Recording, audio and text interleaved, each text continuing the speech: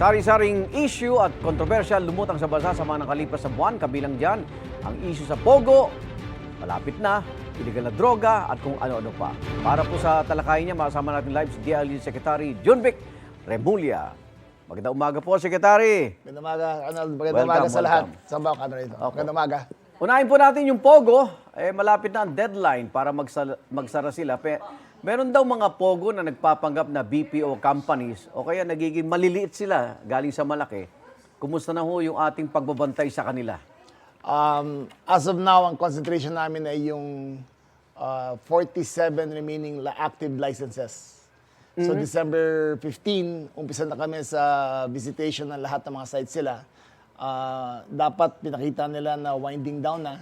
Okay. At in-account na namin na lahat ng visas ng mostly Chinese nationals na pumunta rito on a working visa para sa Pogo.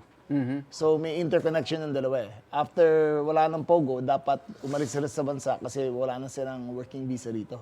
Hindi na valid. Tama ba yung info lumilipas sa Visayas at Mindanao? Guerrilla operations na lang kasi Okay. ang nangyari diyan, natuto yung mga Pilipino na gumawa ng sarili nila. Sila na ang Sila ang gumigimik. operator. Sila na ang diskarte. Pero maliliit lang yan eh, hindi nila kaya ng malaki na eh. Okay. Pero ito, clarification lang, kahit lisensyado ka, hindi ka pwede na by Kahit- December 15. Kahit lisensyado ka, Pilipino, Chinese, American, basta Pogo license ka, December 15 dapat wind down ka, December 31 dapat sarado na. Okay. Issue ng droga, sabi niyo po, ang main source ng drug trading ay nasa Bilibid pa rin. Kilala ba sino mga nasa likod yan at paano nila nagagawa kahit nakakulong na sila? 200 high value detainees ang ando doon. Wow. Ang mahirap sa Bilibid ay may kultura doon ng yung institutional personnel. Okay. Na may sarili silang sistema kung paano sila nagpapasok ng mga communication devices. So every week mag-sweep sila.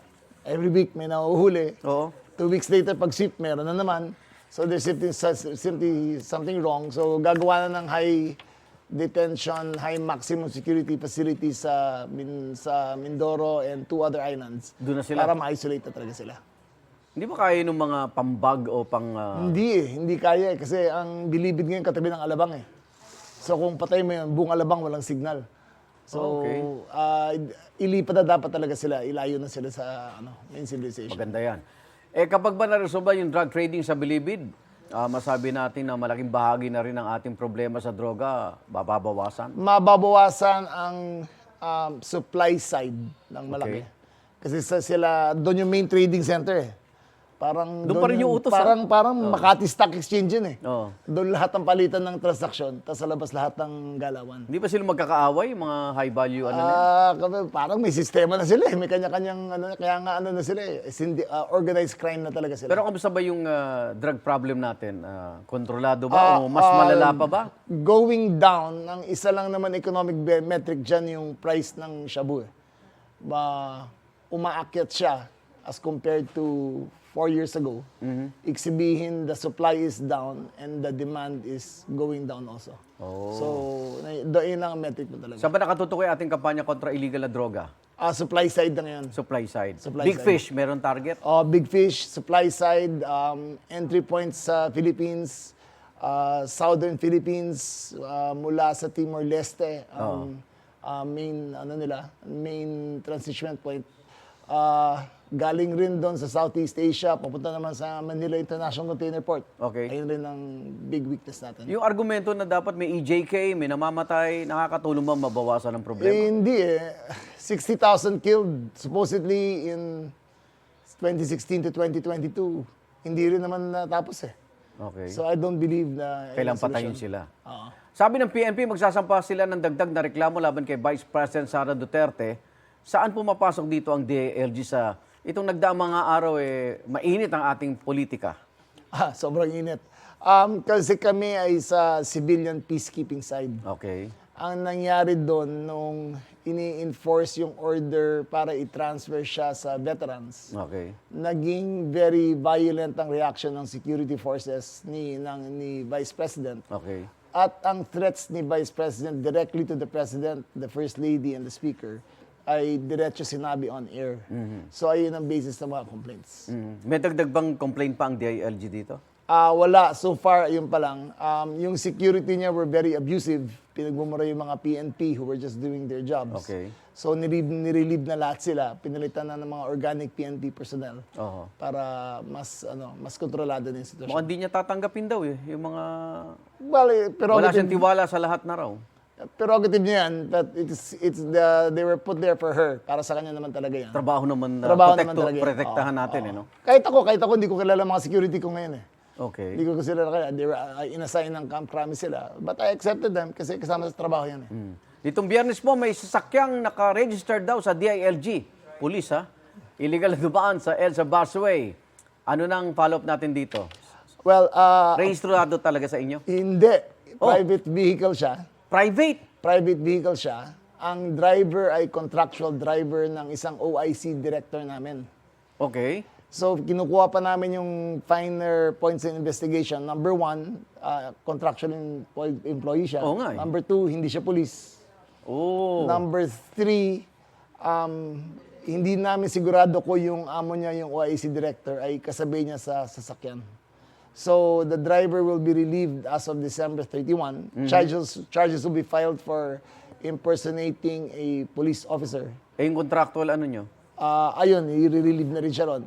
Pero yung charge sa kanya na impersonating a police officer, kailangan gawin. Kasi baka maging, baka maging, baka Ayan, no? masana yung mga tao eh. Ayan. Saka DILG, gamit Ayun, hindi namin makita kung meron siyang sakay sa likod na Okay. kung kasama niya yung director. Pwede kasi magbanggit eh, di ba? Oo. Tsaka private vehicle yan eh. Hindi siya government vehicle. Hindi pula yung plaka. Okay. So, hindi kami sigurado kung ano talaga. Hindi pa, ini-investigate pa yung, yung tatlo kung merong kasabay talaga sa loob. Maganda, mabilis ang naging action nyo dyan. Eh. Opo.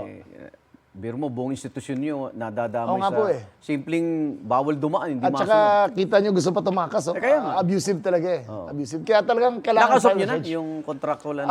Naka-investigation na siya. Nag-show cause na kami. Pero hindi nyo Investigate nakitang- na rin. Hindi na ako yung sa ilalim namin. Yung nag-show cause na, nagpaliwanag na siya, nagpaliwanag na rin yung director. Kinukuha na rin namin yung side ng 3 apprehending officers para makita namin talaga kung ano nangyari.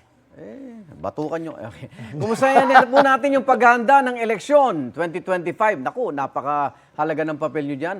May mga election hotspots na ba tayo o yung mga area of concern ngayon kung tawagin? Meron tayo Mindanao pa rin? 37 Kalat. hotspots. Okay. 28 nasa BARM. Wow. 28 nasa BARM. BRMM, oh. Meron sa 3rd and 4th district ng Leyte. Leyte ba yan? Oo. Meron rin sa sa Central Luzon. Konti na lang kumpara sa dati. Pero generally, we don't expect a violence Violent filled election. elections. Oh. Pangamba po ng mga election watchdog na baka gamitin yung mga ayuda ng gobyerno na banggitan ni BC Sara ito, no? Yung tupad, yung akap sa vote buying. Minomonitor niyo rin ba yon?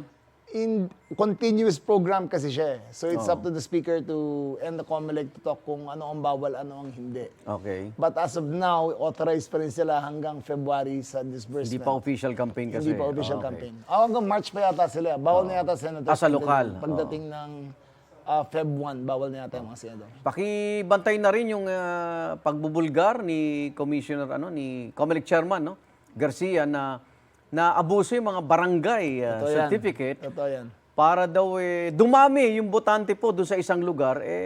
Nung busisiin nila, may isa palang barangay chairman, tatakbo yata. No? Oo. So, kamusta na yung paglilinis ng barangay certificate? Inalis na ba muna sa kanila? Hindi mo matatanggal yung function of law yan eh. Okay. Pero ang exclusion proceedings, ini-encourage namin yung lahat ng mga kandidato na umpisahan na nila yung exclusion proceedings. Pumunta sila sa COMELEC, i-research nila, i-file Okay. nila. Tapos i-investigate namin yung barangay captains na in collusion with the DILG officers para ilipat yung mga botante. So investigation phase pa rin kami hanggang ngayon. Good luck po dyan. Balitaan nyo kami. At maraming salamat, DILG Secretary John Vic Remulla. Igan, mauna ka sa mga balita, mag-subscribe na sa GMA Integrated News sa YouTube para sa iba't ibang ulat sa ating bansa.